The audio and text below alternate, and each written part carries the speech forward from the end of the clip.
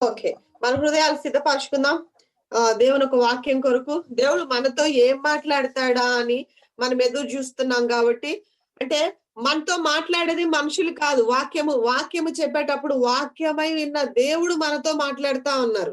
అంటే ఒక మనిషితో మనం ఒక వ్యక్తితో మాట్లాడేటప్పుడు నీకు ఆయనకి సంబంధించిన మాటలే మనం మాట్లాడతాం. వేరే విషయాలు మాట్లాడతాం. అంటే ఈ లోక సంబంధమైన విషయాలే మాట్లాడతాం. కానీ దేవుడు నీతో మాట్లాడితే ఏం జరుగుతుందంటే, నీకు సంబంధించిన విషయాలు నీకు సంబంధించిన విషయాలు దేవుడు నీతో మాట్లాడతాడు. హల్లెలూయా! అంటే దేవుడు నీలో ఏం వెతుకుతున్నాడు అంటే, ఆయన మాట విని నువ్వు కట్టబడాలని ఆయన వెతుకుతా ఉన్నాడు. ఒక మనిషితో దేవుడు ఎందుకు మాట్లాడతాడంటే, ఇప్పుడు నేనున్నాను. ఫర్ ఎగ్జాంపుల్ మీతో నేను మాట్లాడినాను అనుకోండి. ఏం జరుగుతుంది అంటే రిలేషన్ పెరుగుతా ఉంటది. అంటే నీకు నేనున్నాను, నాకు నువ్వున్నావు. ఇప్పుడు ఫర్ ఎగ్జాంపుల్ ఏదన్నా ఎమర్జెన్సీ ఉన్నప్పుడు నాకు కాల్ చేసినప్పుడు నేను ధైర్యం చెప్పడము, నేను మాట్లాడడము, ప్రార్థన చేయడం, ఇట్లా ఆదరణ పెరుగుతా ఉన్నప్పుడు ఏమైందంటే దీని రిలేషన్ పెరుగుతా ఉంటుంది.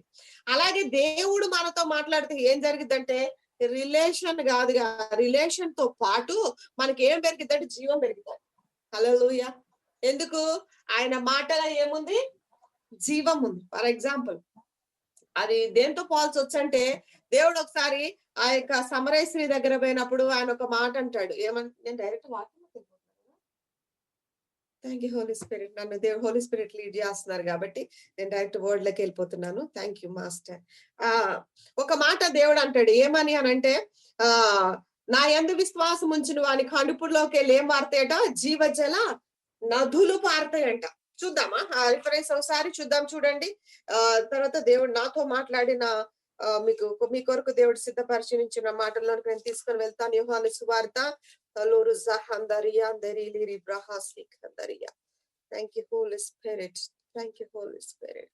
దేవా మీకే మహిమ. Thank you Jesus. చూద్దాం యోహాను సువార్త 14వ వచనం, 4వ అధ్యాయము 14వ వచనం. నేనిచ్చు నీళ్లు త్రాగు వాడెప్పుడును దప్పికొనడు. నేను వానికి ఇచ్చు నీళ్లు నిత్య జీవమునకే వానిలో ఊరడి నీటి బుగ్గగా ఉండునని ఆమెతో చెప్పాను. ఏమిటంట, ఆయన ఒక నీరిస్తున్నాడంట. ఆ నీరంటే ఎప్పుడు నీటి బుగ్గలాగా మనలో నుండి ఊరుతా ఉంటుందట. వాళ్ళు ఎప్పుడు కూడా నిత్య జీవమునకే వానిలో ఊరుతా ఉంటదట నీళ్లు. ఏంటా నీరు? హోలీ స్పిరిట్ అనే నీరు. ఫర్ ఎగ్జాంపుల్ అంటే దేవుడు మనతో మాట్లాడితే ఆ జీవం ఎలా ఉంటుంది అంటే, మనము మనుషులం, అవునా? మనము మనుషులం. కానీ మనకు దాహం తీరంటారు. ఏం తాగితే దాహం తీరుతుంది? ఎందుకు? నీరులో ఏముంది? ప్రాణం నీలో ఉంది. వాటర్ నీతో మాట్లాడుతుందా? వాటర్ నిన్ను బలకరిస్తుందా? వాటర్ నిన్ను ధైర్యపరుస్తుందా? కానీ అవి నీతో మాట్లాడదు, నీకు ధైర్యం చెప్పదు, నీతో సహవాసం చేయదు. కానీ నువ్వు నీరు తాగితేనే బ్రతుకుతావు భూమి మీద. నీరు లేకపోతే ఏ మనుషుడు బ్రతకలేడు. దాహం నీకు తీర్చబడదు. అంటే దేవుడు ఏం చేసినాడు? మనం త్రాగడానికి దేవుడు నీటికి జీవం ఇచ్చాడు. మనుషులు త్రాగడానికి సేమ్ ఇచ్చినారు? నీరు ఇచ్చినారు. కాబట్టే మనుషులు భూమి మీద బతుకుతున్నారు నీరు తాగి. అంటే కొన్ని జీవమునిచ్చే దేవుడు మాట్లాడినప్పుడు దేవుడు మనకిచ్చే జీవాన్ని ఇస్తా ఉంటాడు దేవుడు. అంటే ప్రతి అవసరము, డబ్బు మనల్ని బ్రతకడానికి జీవము డబ్బులో లేదు. క్లియరా అండి? డబ్బులో జీవం లేదు. మనం బ్రతకడానికి అవసరం తీరుస్తుందంటే డబ్బు. కానీ మనము మాత్రం నిత్యము దేని కొరకు ప్రార్థన చేస్తాము అనంటే డబ్బు డబ్బు డబ్బు డబ్బు డబ్బు. ఏది కావాలన్నా మనం ప్రతి ఒక్క మెలక దేనికి పెడతామంటే డబ్బుతో పెడతాం. కానీ దేవుడు కొన్ని క్రియేట్ చేసి పెట్టినాడు. ఏంటి అంటే, నీకు జీవాన్ని ఇవ్వటానికి, ఈ లోకంలో దాహం తీర్చడానికి ఎలాగైతే నీరుని దేవుడిచ్చినాడో, అలాగే ఈ లోకంలో ఒక మనిషితో దేవుడు మాట్లాడడానికి ఏమి ఇచ్చినాడంటే వాక్యం ఇచ్చినాడు. హల్లెలూయా! అందుకే దేవుడు ఇక్కడ ఆ స్త్రీతో ఏం చెప్పాడంటే వాక్యాన్ని నీరుతో పోల్చినాడు. అంటే నువ్వు ఎప్పుడైతే నీ దేవుడి దగ్గరకు వస్తావో, ఏ పరిస్థితిలో వస్తావో, ఏ స్థితిలో వస్తావో, ఈ వాక్యాన్ని చదివితే, ఈ వాక్యం దగ్గరకు వస్తే, ఈ వాక్యాన్ని వింటే, ఈ వాక్యం నీ దప్పిక తీరుస్తావు. ఫర్ ఎగ్జాంపుల్ నువ్వు దాహంతో ఉన్నప్పుడు నువ్వు స్ప్రైట్ తాగు, కూల్ డ్రింకులు తాగు, జ్యూసులు తాగు, ఇంకేదన్నా తాగు, దాహం తీరదు. నువ్వు ఎంతగా దేవుడిని నమ్మినా కూడా, నువ్వు లోకంలో నీ స్నేహితుల దగ్గర పో, నువ్వు ఎక్కడగా పో, నీకు జవాబు రాదు, నీ దాహం తీరదు, నీకు ఆ యొక్క బాధ నీ నుంచి విముక్తి కలదు. కానీ దేవుని దగ్గరకు వచ్చినప్పుడే, దేవుని వాక్యం దగ్గరకు వచ్చినప్పుడే నీకు జీవం. నీ దాహం తీరుతుంది, నీ ఆత్మ తృప్తి నొందుతుంది. ఈ లోకంలో దేవుడు నీకు ఇచ్చే గొప్ప ఆ దాహాన్ని తీర్చేది ఏమిటి అంటే దేవుని వాక్యమే. దేవుడి మీద నిజంగా విశ్వాసం ఉంచిన వాడు ప్రతి క్షణం దేంట్లో వెతుకుతాడు దేవుడిని అంటే వాక్యంలోనే వెతుకుతాడు. అందుకే నేను ప్రతిసారి నేను చెప్తా మీకు, వాక్యం వినడానికి ముందుగా మీకు హృదయాలు సిద్ధపరచుకోండి. ఎందుకంటే ఎండిపోయిన ఎడారిలో సైతము ఈ యొక్క వాక్యం ఎలా ఉంటుందంటే చల్లని కూల్ వాటర్ లా ఉంటుంది. ఎంత భయంకరమైన మరణ సమయాల్లో వెళ్ళినా కూడా అసలు నీ జీవితం ఎలా మారిపోతుంది, నిత్యమైన వెలుగుతో నింపబడ్డ వ్యక్తిలా మారిపోతాం. ఎప్పుడంటే వాక్యం నీ దగ్గరకు వచ్చినప్పుడు. నీ తాగడానికి దేవుడు నీకు నీరిస్తేనే అంత దాహం తీరుస్తున్నప్పుడు నువ్వు బ్రతకడానికి దేవుడు వాక్యాన్ని ఇచ్చినాడు. అందుకే దావీదు మహారాజు అంటాడు ఏమంటే, నీ వాక్యమే నన్ను బ్రతికించింది అంటాడు. అంటే ఈ వాక్యము ఒక మనిషిని బ్రతికిస్తది. ఈ వాక్యము ఒక మనిషిని ఆత్మలోకంలోనికి జీవింపజేస్తది. ఈ వాక్యము ప్రభు దగ్గరకు నేను తీసుకొని వస్తాను. సరి అయిన వ్యక్తికి దగ్గరకు నడిపించే ఏకైక మార్గం ఏమిటయ్యా అంటే వాక్యమే. అందుకే వాక్యాన్ని నువ్వు ఎంతగా ధ్యానం చేస్తే, ఈ వాక్యాన్ని నువ్వు ఎంతగా చదివితే, వాక్యం వైపు నువ్వు ఎంతగా చూస్తే అంతగా నువ్వు దేవుని దగ్గర నుంచి నీ యొక్క ప్రతి అవసరము తీర్చుకోగలుగుతావు. ప్రతిది కూడా నువ్వు పొందుకోగలుగుతావు. కానీ మన కొన్ని సార్లు మన జీవితాలు ఎలా ఉంటాయంటే, నాకు అప్పుడప్పుడు అనిపిస్తది అసలు ఆ వాటర్ అనేది, నీరు అనేది తాకపోతే, ఎంత తాగినా దాహం తీరకపోతే ఒక మనిషికి భూమి మీద ఎలా బ్రతకగలడు? అంటే అది దేవుడిచ్చిన సోర్స్ అంతే. దేవుడిచ్చిన సోర్స్ ఉంటేనే నీ నిజంగా దాహం తీరుతుంది. వాటర్ తప్ప నువ్వు ఏది తాగినా దాహం తీరదు. అలాగే ప్రభువు ఇచ్చేది తీసుకుంటే తప్పితేగా నీ జీవితం ఫలభరితంగా ఉండదు. దేవుడు ఏది చెబుతున్నాడో, దేవుడు ఏది చేయమంటున్నాడో, దేవుడు ఎక్కడ ఆధారపడమంటున్నాడో అది నువ్వు గనుక గ్రహించుకోగలిగితే, అది గనుక నువ్వు ఆలోచించగలిగితే, అక్కడే నిజంగా నీ ప్రతి ప్రాబ్లం కు సొల్యూషన్, ప్రతి పరిస్థితికి జవాబు నీకు అక్కడే దొరుకుతుంది. హల్లెలూయా. అంటే వాక్యాన్ని అందుకే దేవుడు నీరుతో పోల్చినాడు. నువ్వు ఎంతగా వాక్యాన్ని ధ్యానిస్తావో, ఎంతగా దేవుడి మీద డిపెండ్ అవుతావో, నీ జీవితం అంత తృప్తికరమైనటువంటి జీవితంలో నీ జీవితం మారిపోతుంది. హల్లెలూయా. మన ప్రతి జవాబు వాక్యమే. మన ప్రతి మనకు తృప్తినిచ్చేది వాక్యమే. మనకు దాహం తీర్చేది కూడా వాక్యమే. ఒక విశ్వాసికి గాని, ఒక సేవకులకు గాని, క్రీస్తు నెరుగని వారికి గాని, ఎరిగిన వారికి మాత్రమే ఇది అర్థమవుతుంది. దేవుని మీద ఎప్పుడు ఆధారపడతాము. కానీ కొన్ని పరిస్థితులు అనుకుంటే, అక్కడ నేను చాలా దేవుడి మీద ఆధారపడ్డా. చాలా పరిస్థితులు ఇప్పటికీ కూడా నాకు అన్ని పరిస్థితులు నాకు నెగెటివ్ గా ఉన్నాయి గానీ, బట్ నేను మాత్రం ఇంకా దేవుడి మీద ఆధారపడుతున్నా గానీ నా ప్రాబ్లం సొల్యూషన్ లేదు.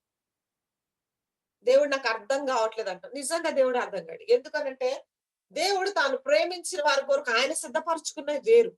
ఆయన ప్రణాళిక వేరు. ఆయనకు ఉద్దేశాలు వేరు. కాబట్టి మనకు అర్థం కాదు. అందుకే చూడండి జకర్యా గ్రంథము అసలు దేవుడు నీ పక్షాన ఏం చేయాలనుకుంటున్నాడు?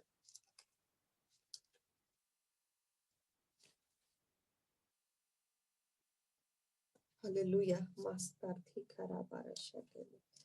సరే.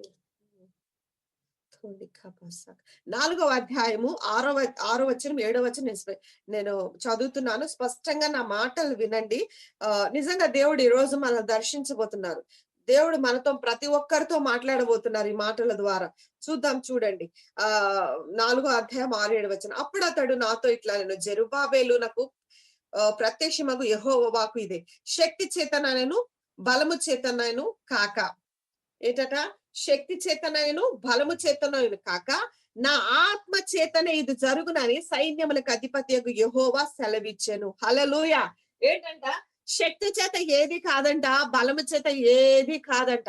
ఎవరి ద్వారా ఇద్దట? నా ఆత్మ ద్వారానే ఇది జరుగునని దేవుడు చెప్తూ ఉన్నాడట. నిజం. ఇది 100% సత్యం. ఎందుకంటే బలాఢ్యుడికి ఎంత బలం ఉన్నా కూడా, ఎంత సిక్స్ ప్యాక్ ఉన్నా, ఎంత హెల్దీగా ఉన్నా ఒక రోజున భూమి విడిచి వెళ్ళిపోవాల్సిందే.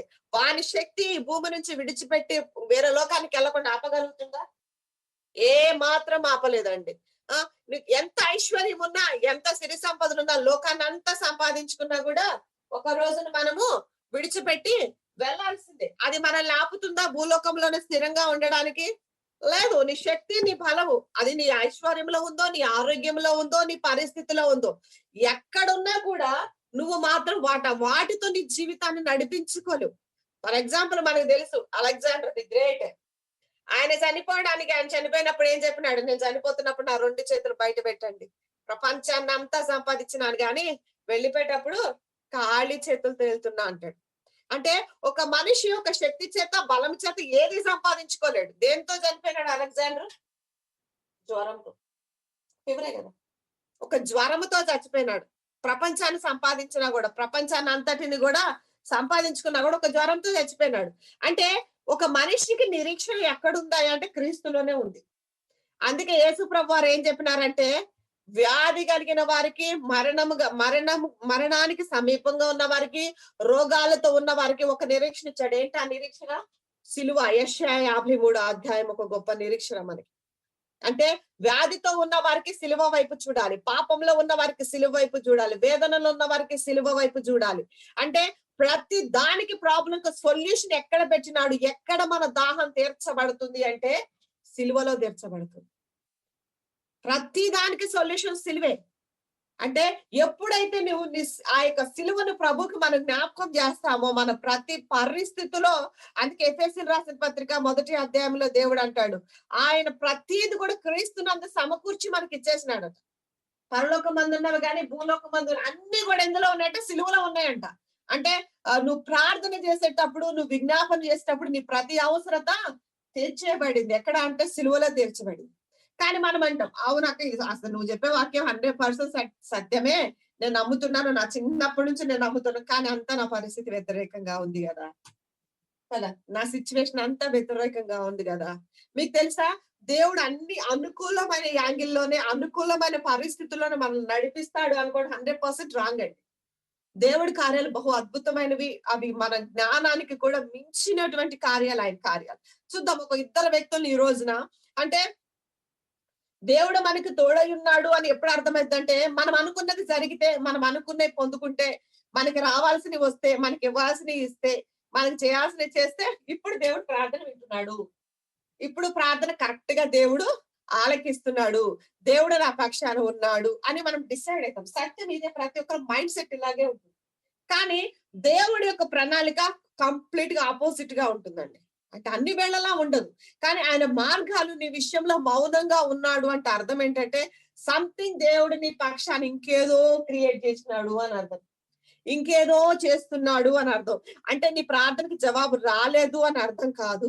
ఇద్దరు వ్యక్తుల్ని చూద్దాం. ఒకటే స్థితి, ఒకటే పరిస్థితి, కానీ ఇద్దరు వ్యక్తుల్ని 2 విధాలుగా దేవుడు ఆశీర్వదించినాడండి. చూద్దాం చూడండి లూకా సువార్త. హల్లెలూయా! హల్లెలూయా!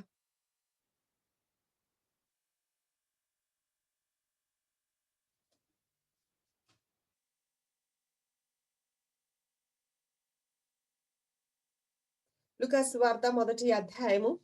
లూకా సువార్త మొదటి అధ్యాయము 14 వచనం. దానికి ముందుగా మీకు కొంచెం అర్థం కావాలి కాబట్టి 8వ వచనం నుంచి నేను చదువుతున్నాను. చూద్దాం చూడండి. లూకా సువార్త మొదటి అధ్యాయం 8వ వచనం నుంచి. జకరియా తన తరగతి క్రమం చొప్పున దేవుని ఎదుట యాజక ధర్మం జరిగించుండగా, యాజక మర్యాద చొప్పున ప్రభు ఆలయంలోనికి వెళ్లి ధూపం వేయుటకు అతనికి వంతు వచ్చింది.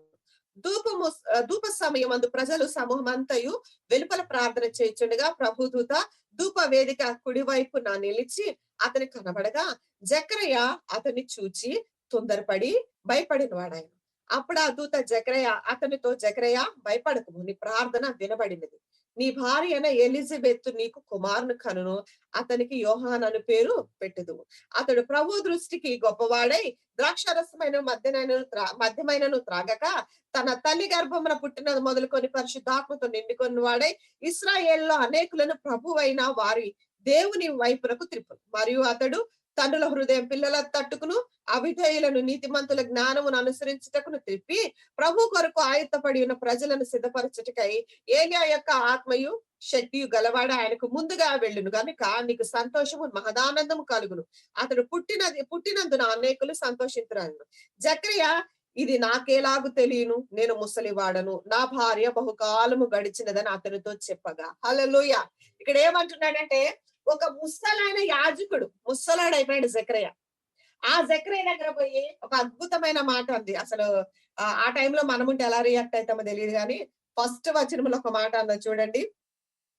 10వ వచనంలో, ధూప సమయమందు ప్రజల సమూహం అంతా వెలుపల ప్రార్థన చేయుచుండగా ప్రభు దూత ధూప వేదిక కుడివైపు నిలిచి అతనికి కనబడి, జకరయ్య అతని చూసి తొందరపడి భయపడినవాడు. అప్పుడు ఆ దూత జకరయ్య భయపడకు, నీ ప్రార్థన వినబడింది. ఎన్ని సంవత్సరాలకు వినబడిందట?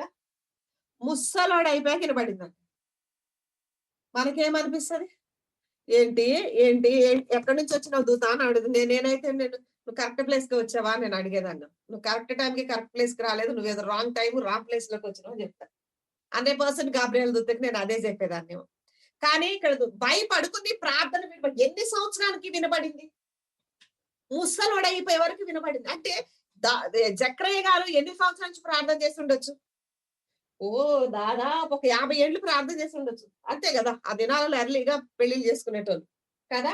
అంటే ఇన్ని సంవత్సరాల తర్వాత జకరయ్య నీ ప్రార్థన వినబడిందంటే జకరయ్య 2 నిమిషాలు తల పట్టుకొని ఉండొచ్చు. ఇన్ని సంవత్సరాలకి ఇప్పుడు వినబడిందా? ఇప్పుడు పిల్లలు ఇస్తావా నాకు? ఎట్ట పెంచాలి నేను? ఏం చేసుకోవాలి నేను? కదా! ఎందుకంటే ఆయన ఎప్పుడు చచ్చిపోతాడో ఆయనకే తెలియదు. ముసలోడు అయిపోయినాడు కదా! తన భార్య ముసలదయిపోయింది. కానీ నేను నీకు కొడుకునిస్తా. అతను ఎలా ఉంటాడో ఆయన గురించి ఒక ప్రవచనం చెప్తుంది గాబ్రియెల్ దూత. జకరయ్యకి 2 నిమిషాలు మనకులాగా అర్థం కాలే. అసలు ఏంటి నేను కలగంటున్నానా? ఏం చేస్తున్నాను? ఏంటి? నా పరిస్థితి చూస్తే నేను ముసలిగా ఉన్నాను. నా భార్య బహుకాలం గడిచినటువంటి వృద్ధురాలు. మాకు పిల్లలు ఎలా పుడతారు? అంటే నిజంగా మన పరిస్థితి కూడా ఇది రాంగ్ టైంలో ఎప్పటి నుంచో చేసిన ప్రార్థనలన్నీ పెండింగే ఉన్నాయి. కానీ ఇంకా దేవుడు కనికరించట్లే. ఇంకెప్పుడు వింటాడు అని మనం క్వశ్చన్ మార్క్‌తో మనమున్నాం. అసలు ఈ పరిస్థితులు మారుతాయా? ఇది జరుగుతదా? ప్రతి వారం వింటున్న వాక్యం ఏమైపోతుంది? ప్రతి వారం ఇస్తున్న ప్రవచనాలు ఏమైపోతున్నాయి? ప్రతి వారం వింటున్న ఇయన్నీ ఏమైపోతున్నాయి అని మనకు అర్థం కాదు. జకరయ్య విషయంలో కూడా జకరయ్య కూడా అర్థం కాలే. అలాగని చెప్పేసి దేవుడిని వెంబడించడానికి యాజక ధర్మం జరిగించడానికి జకరయ్య గారు ఆపలేదు.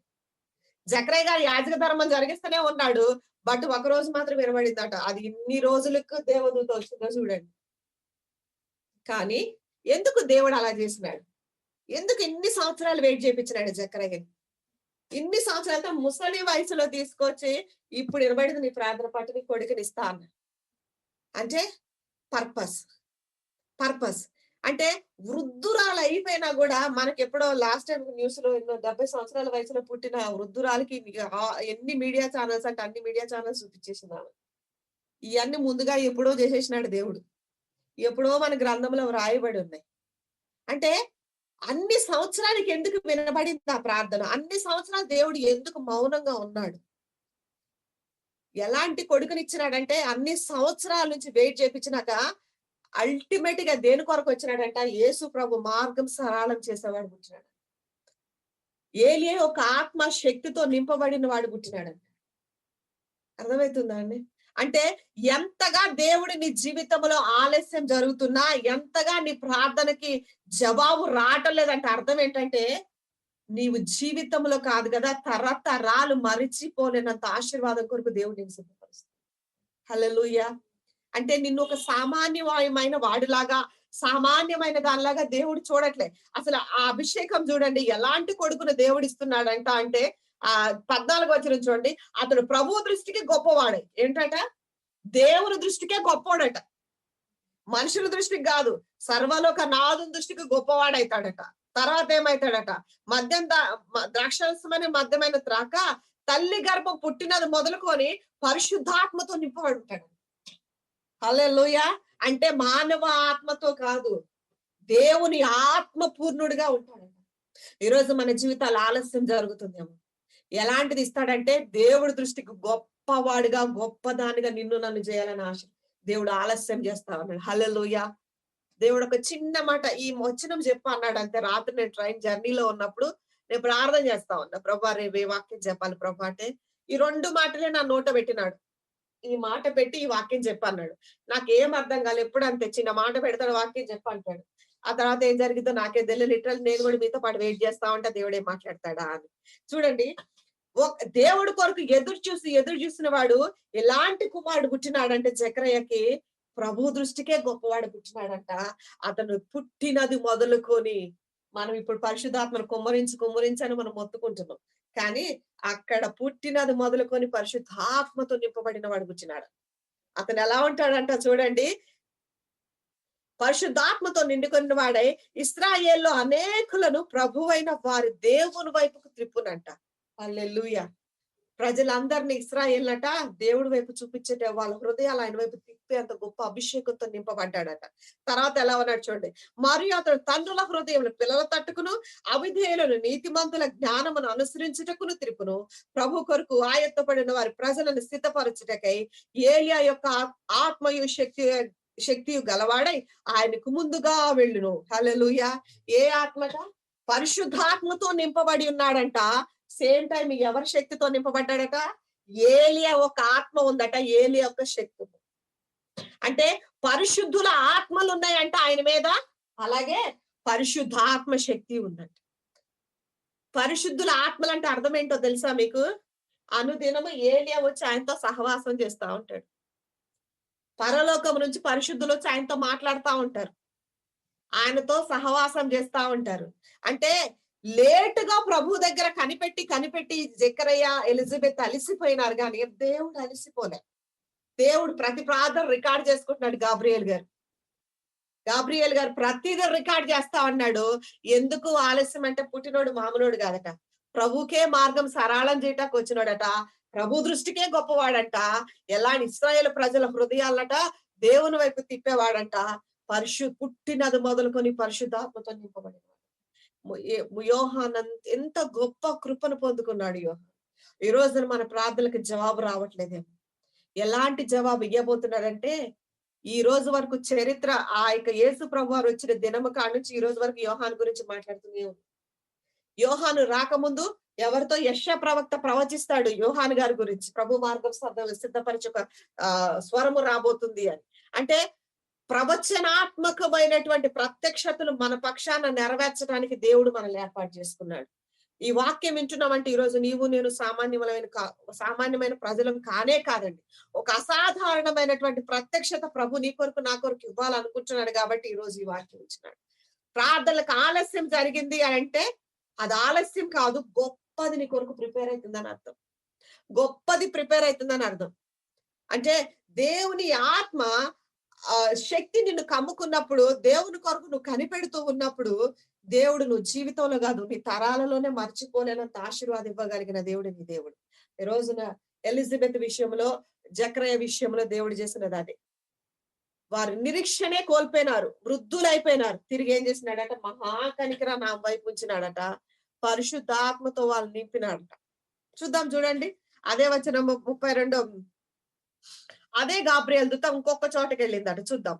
ఇద్దరు వ్యక్తులను మీకు చూపిస్తానని చెప్పాను. ఒకరు ప్రార్థన చేసి అలిసిపోయారు, జవాబు పొందుకున్నారు. ఎటువంటి జవాబు అంటే చరిత్రలో మరలి అటువంటి వ్యక్తి లేడు. ప్రభు కొరకు మార్గం సరళం చేసి సిద్ధపరిచేటువంటి వ్యక్తిని ఏలి యొక్క ఆత్మశక్తితో నింపబడి, పరిశుద్ధాత్మ శక్తితో నింపబడి ప్రభు కొరకు చనిపోవటానికే వచ్చినాడు యోహాను. హల్లెలూయా. బ్రతకడానికి వచ్చినాడు కాదు, ప్రభు కొరకు చనిపోవడానికి వచ్చినాడు. అంటే అందుకే ప్రభు దృష్టికి గొప్పవాడైపోయినాడు.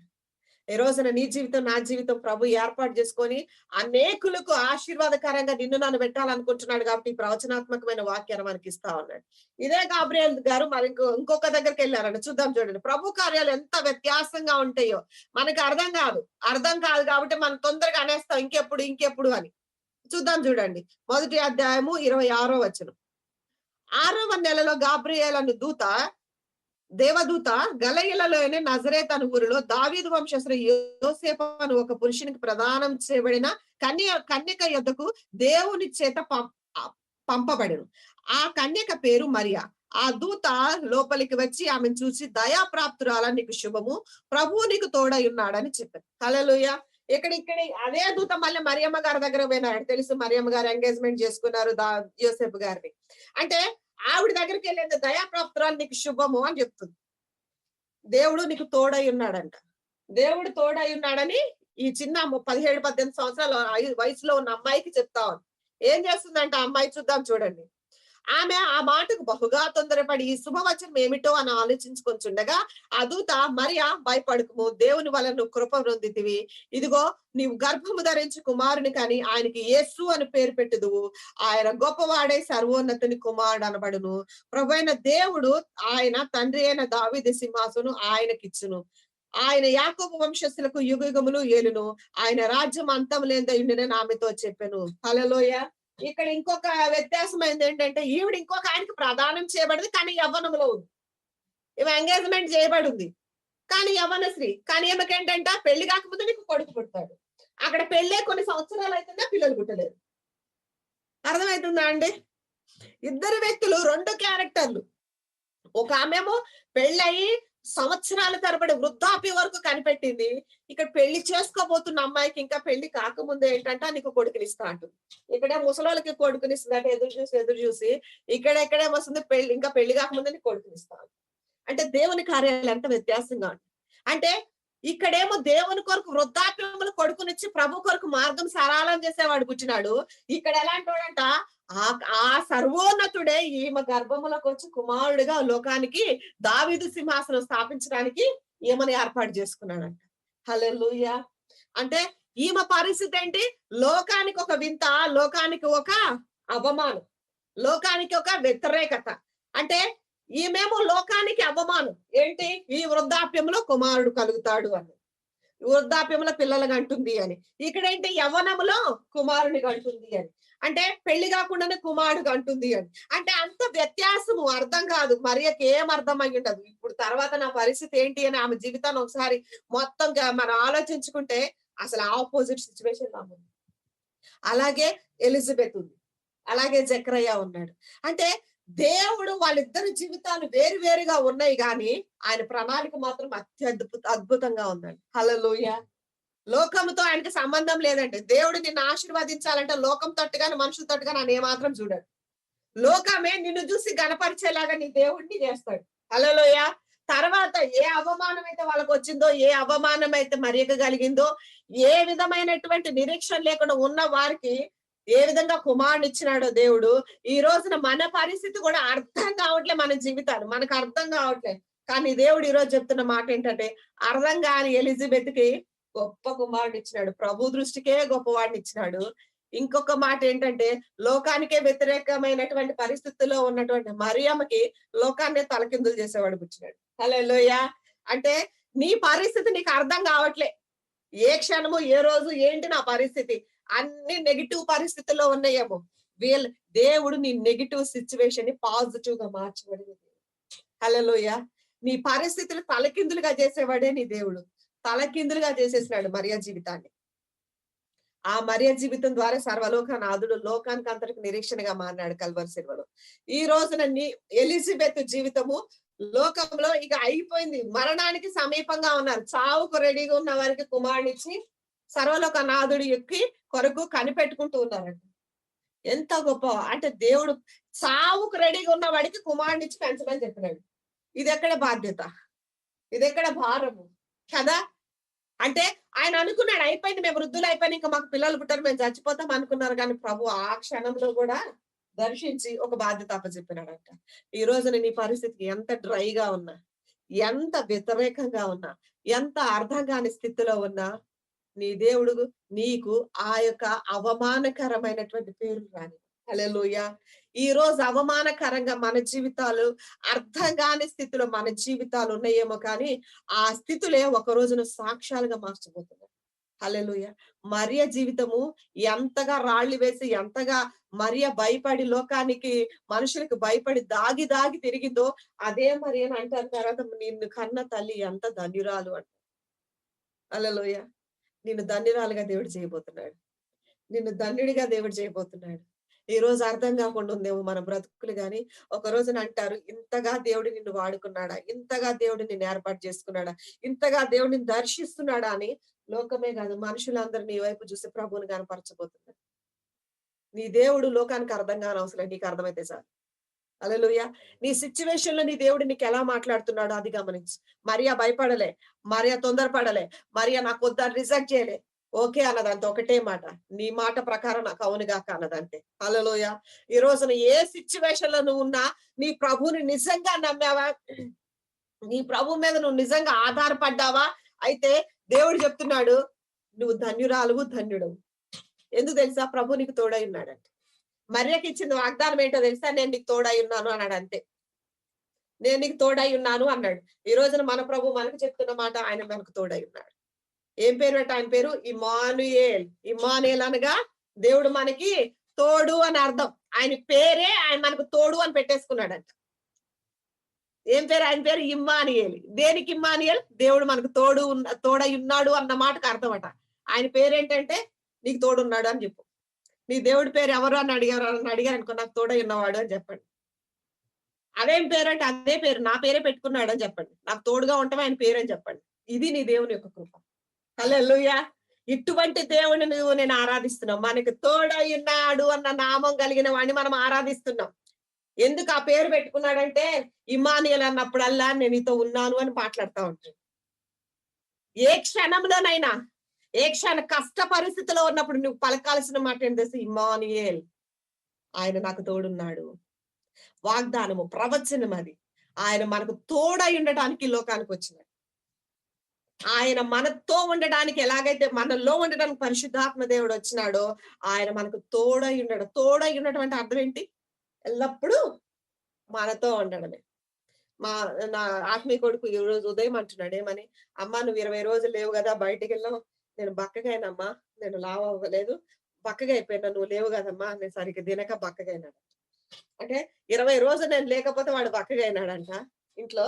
అంటే ఎవ్రీ సెకండ్ ఆయన పేరేం పెట్టుకున్నాడు? దేవుడు మనకు తోడై ఉన్నాడు. అంటే మన ఆత్మలు ఇంకెంత బలవంతులుగా ఉండాలా?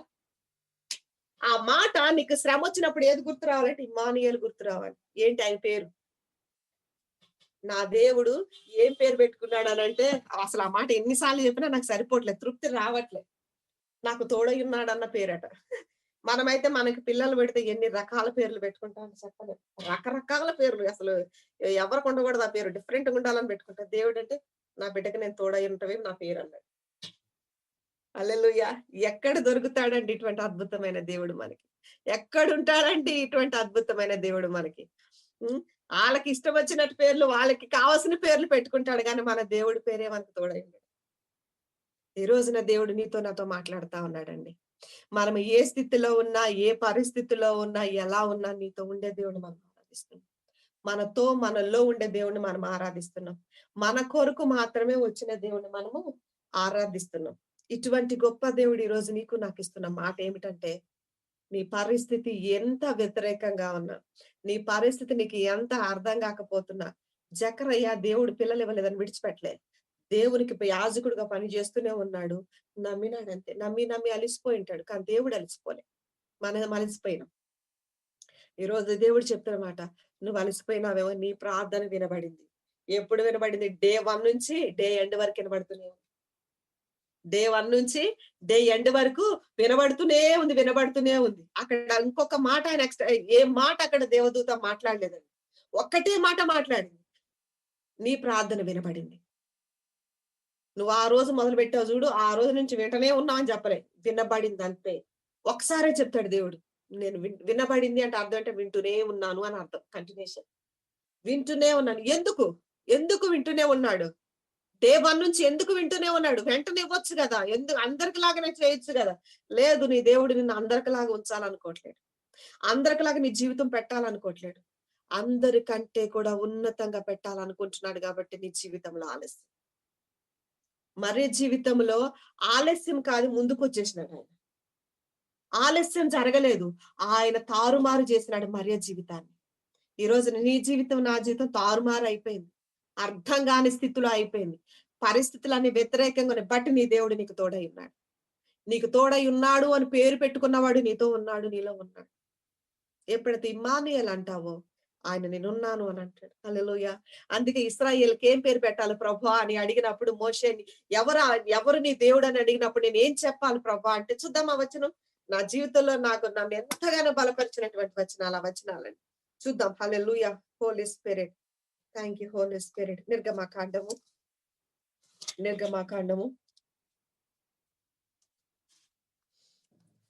3వ అధ్యాయము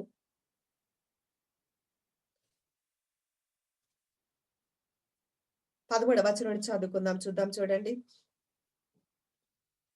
13, 14. మోషే చిత్తగించుము, నేను ఇశ్రాయేలీయుల యొద్దకు వెళ్లి వారిని చూచి మీ పితరుల దేవుడు మీ యొద్దకు నన్ను పంపినని వారితో చెప్పగా వారు ఆయన పేరేమి అని ఆయన అడిగిన ఎడల వారితో నేనేమి చెప్పవాలని దేవుణ్ణి అడిగాను. అందుకు దేవుడు నేను ఉన్నవాడను. హల్లెలూయా. ఏం పేరట ఆయన పేరు? నేను ఉన్నానని చెప్పంతే. ఎక్కడున్నాడట? ఇమ్మానుయేల్, నాకు తోడై ఉన్నాడు. ఏం పేరు? ఉన్నాననే పేరట. నేను ఉన్నాను. తర్వాత ఇంకో పేరండి. ఇంకోటి చూద్దాం నేను ఉన్నవాడును అనువాడనై ఉన్నానని మోషేతో చెప్పాను. ఏంటట? ఉన్నాను అనువాడును అంటే పలికేవాడనని. అంటే నీ దేవుడు ఉన్నాడు, తోడై ఉన్నాడు, తోడై ఉన్నానని పేరు పెట్టుకున్నవాడు. ఆయన పేరట ఉన్నాడంట. ఎక్కడున్నాడు? నీకు తోడై ఉన్నాడు. 2 మాటలు ఒకటే. 2 మాటలు ఒకటండి. ఆయన పేరే నీకు తోడై ఉంటాం. ఆయన పేరే నేను ఉన్నానంట. ఎక్కడున్నావు ప్రభు అంటే నీతో ఉన్నా అంటాడు. ఇదే పేరు ఆయన పేరు. హల్లెలూయా. నీ దేవుడు పేరు మార్చుకున్నాడు. ఎవరి కొరకు తెలుసా? నీ కొరకు. ఏం పేరు తెలుసా? నీతో ఉన్నాననే పేరు. ఇంత గొప్ప మహా తండ్రి నీకు తోడై ఉన్నాడు. ఇంత గొప్ప సర్వలోక నాథుడు నీతో నాతో ఉన్నాడు కాబట్టి మరన్నటికి నీ విడిచిపెట్టని భాగ్యముతో దేవుడు మనల్ని నింపటానికి దేవుడు సిద్ధంగా ఉన్నాడు ఈ రోజున. చూడండి జకరయ్య గ్రంథము. ఈ మాట చెప్పి నేను ముగిస్తాను. ఈ రోజు ఎంత గొప్పగా దేవుడు మనతో మాట్లాడు. ఎంతమంది బ్లెస్ అవుతున్నారండి. దేవుడు మిమ్మల్ని మీ హృదయాలు తాకుతున్నాడని నేను నమ్ముతున్నాను, నేను చూస్తున్నాను. అద్భుతమైన మాటలు దేవుడు మనతో మాట్లాడుతా ఉన్నాడు. జకరయ్య గ్రంథము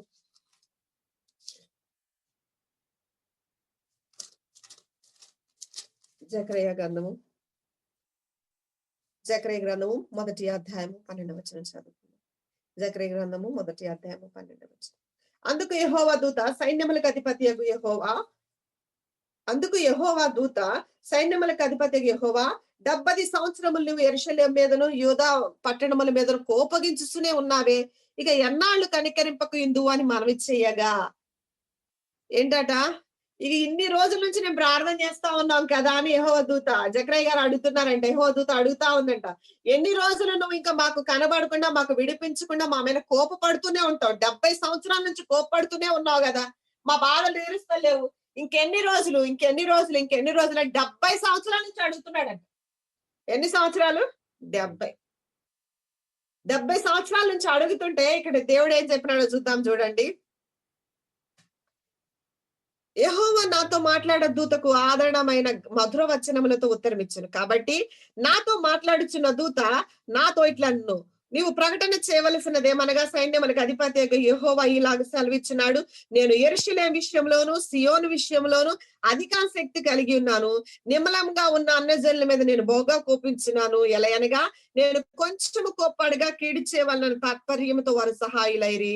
కాబట్టి యెహోవా సెలవిచ్చినదేమనగా వాత్సల్యము గలవాడనై నేను యెరూషలేము తట్టు తిరిగి ఉన్నాను.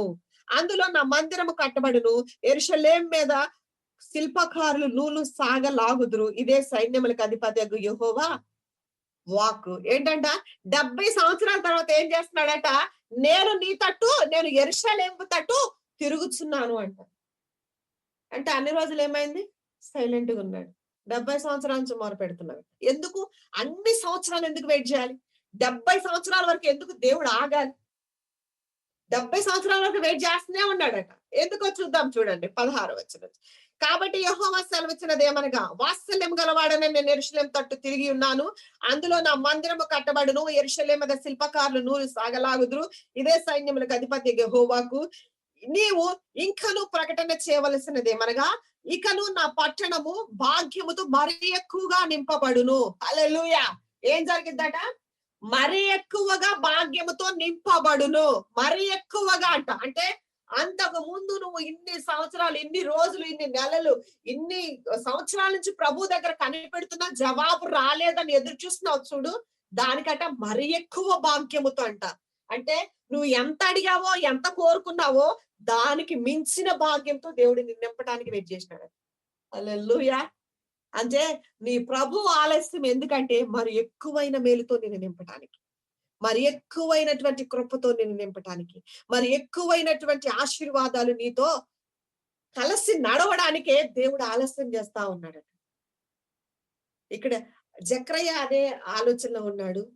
ఈరోజు క్రొత్త నిబంధనల జకరయ్య గారు అదే ఉన్నారు. పాత నిబంధనల జకరయ్య గారు కూడా ఇంకా ఎన్ని సంవత్సరాలు కోపగిస్తావు? ఎన్ని సంవత్సరాలు మాకు జవాబు ఇవ్వకుండా మౌనంగా ఉంటావంటే, నిన్ను మరి ఎక్కువైన భాగ్యంతో నింపటం కోసం, మరెక్కువైన ఆశీర్వాదంతో నింపటం కోసమే ప్రభు ఆలస్యం చేస్తా ఉన్నాడంట. హల్లెలూయా! అంటే మన ఆలస్యము దేని కొరకు అనంటే, మనం నశించిపోవటానికి కాదు. మన ఆలస్యం దేని కొరకంటే, మనము శాపముతోనో, లేకపోతే దేవునికి దూరస్తులుగానో ఉన్నామని కాదు గాని, మరి ఎక్కువైన భాగ్యంతో నింపబడటం కోసం దేవుడు ఆలస్యం చేస్తా ఉన్నాడట. జక్రయి విషయంలో దేవుడు అదే చేసినాడండి. మరి ఎక్కువైన భాగ్యముతో అంటే దేవుని కొరకే ప్రభు దృష్టికే గొప్పవాడుగా ఉండేవాడిని యోహాను గారిని అనుగ్రహించినాడు. ఏలి యొక్క ఆత్మ శక్తి కలిగిన వాడుగా దేవుని యొక్క పుట్టినది మొదలుకొని పరిశుద్ధాత్మతో నింపబడిన వాడిగా ఉన్న కుమారుని ఇచ్చినాడు. అలాగే మరియమ్మ దేవుడు తోడై ఉండే కుమారుని ఇవ్వటం కోసం లోకానికి ఆమెకి నిరీక్షణ లేదు. కానీ దేవుడు తన జీవితాన్ని అంత తారుమారు చేసి దేవుడు ఆమెను ధన్యురాలు అనే విధంగా దేవుడు ఆశీర్వదించినాడంట. అలాగే 70 సంవత్సరాల నుంచి దేవుడి యొక్క కోపానికి దేవుని ఆశీర్వాదం లేక నిరీక్షణ లేక ఇశ్రాయేలీయుల ఆదరణ కొరకు కనిపెడుతున్న వారికి దేవుడు ఇస్తున్నటువంటి వాగ్దానం ఏంటంటే, ఈరోజు నీతో నాతో కూడా దేవుడు మాట్లాడుతున్న మాట ఏమిటంటే, నీ పట్టణము అనగా నీ జీవితము, నీ హృదయము, నీ పరిస్థితులన్నీ కూడా మరి ఎక్కువగా భాగ్యంతో నింపబడినట్లుగా ఇంకను యెహోవా సీయోనును ఓదార్చును, యెరూషలేమును ఆయన ఇకను కోరుకొనును అని. ఇకను కోరుకొనును అంటే అంత ముందు కోరుకున్న దానికంటే కూడా ఇంకెక్కువగా నేను కోరుకుంటున్నాడు. హల్లెలూయా! దేని కొరకు? 70 సంవత్సరాలైనా ఆయన దగ్గర ఎదురు చూస్తున్నాం కదా! ఎంత ఆలస్యమైన ఆయన దగ్గర ఎదురు చూస్తున్నాం కదా! ఎంతగా దేవుడు ఇంకా జవాబు ఎప్పుడు ఇస్తాడో అని అది ఏడ్చో, మొరపెట్టో, దేవుడు తిట్టో, దేవుడి దగ్గర గొనిగో, సనిగో ఏ విధంగానైనా ప్రభు దగ్గర బ్రతిమలాడుకుంటున్నాం కదా! దాని కొరకు నీ జీవితం ఎలా మార్చబోతున్నాడంటే దేవుడు మరెక్కువైన భాగ్యంతో నింపబోతున్నాడట. మరెక్కువైన ఆశీర్వాదాలతో దేవుడు నింపబోతున్నాడట. మరెక్కువైనటువంటి మేలులతో నీ జీవితం, నా జీవితము నింపబోతున్నాడు. హల్లెలూయా! మనం ఈ లోకంలో ఏం సంపాదించుకోవాలంటే వాక్యములో నుంచి దేవుడు ఎలా మాట్లాడతాడు సంపాదించుకుంటే చాలండి. ఇది సంపాదించుకున్నాడంటే లోకంలో ఉన్న ఐశ్వర్యం అంతా మీరు సంపాదించుకున్నట్టే. లోకంలో ఉన్న భాగ్యం అంతా సంపాదించుకున్నాడంటే. ఎందుకంటే ఎవ్రీ సెకండ్ దేవుడు నీతో మాట్లాడితే పరలోకం నీ ముందే ఉంటది. అందుకే నేను ప్రతిసారి మీతో చెప్తా ఉంటాను నేను. వాక్యం వినేటప్పుడు వాక్యం కొరకు ప్రార్థన చేసుకోండి. ప్రభు నాతో ఏం మాట్లాడతాడో ప్రార్థన చేసుకోండి అని. ఎందుకంటే ఎంత రీమా వర్డ్ దేవుడు తను చిన్న మాట నా నోట పెట్టి దాదాపు 1 అవర్ మెసేజ్ ఇచ్చాడు. హల్లెలూయా! నీ దేవుడు నీ జీవితం పట్ల, నా జీవితం పట్ల ఏదున్నా లేకపోయినా ఆయన యందు విశ్వాసం ఉంటే చాలు. గొప్ప భాగ్యవంతురాలుగా, భాగ్యవంతుడిగా నీ జీవితం, నా జీవితం మార్చడానికి ఇష్టపడతా ఉన్నాడు. హల్లెలూయా! అటువంటి గొప్ప దేవుడు మనం ఆరాధిస్తున్నాం. ఈ రోజు నిరీక్షణ లేకుండా మనం ఉన్నామేమో, కానీ ఈ రోజు చెప్తున్నాడు నిరీక్షణ లేని జకరయ్యకి దేవుడు కుమారునిచ్చి బహుతరాలకు ఆశీర్వాదకరంగా దేవుడు చేసినాడు. మరియమ్మను తన యొక్క ప్రార్థనకు దేవుడి జవాబు కంటే కూడా దేవుని జవాబిచ్చి ఆమె జీవితాన్ని మార్చేసినాడు. ఈ రోజున దేవుడు నీ పట్ల, నా పట్ల ఏ ప్రణాళికతో ఉన్నారు? దేవుడి జవాబు ఏమైంది? నువ్వు దేని కొరకు ప్రార్థన చేస్తున్నావో నీకు అర్థం కావట్లేదు. నువ్వు ప్రార్థన చేసేది కాక దేవుడు ఇంకోటి ఇచ్చినాడు మరియమ్మ. ఈ రోజు నీ పరిస్థితులు నీ ప్రార్థన కంటే వేరే విధంగా పనిచేస్తున్నాయేమో. ప్రైజ్ గాడ్ దేవుడు తన చేతిలోకి నిన్ను తీసుకున్నందుకు నువ్వు ఆనందపడు. నువ్వు ఏ స్థితిలో ఉన్నా దేవుడు ఇంకా మౌనంగా ఉన్నాడంటే నిన్ను అధికమైన భాగ్యంతో నిన్ను నన్ను నింపటానికే ప్రభు వాళ్ళు వాడుకుంటున్నాడు. హల్లెలూయా! ప్రార్థన చేసుకుందామండి. తలలు వంచుకుందాం. ప్రార్థన చేసుకుందాం.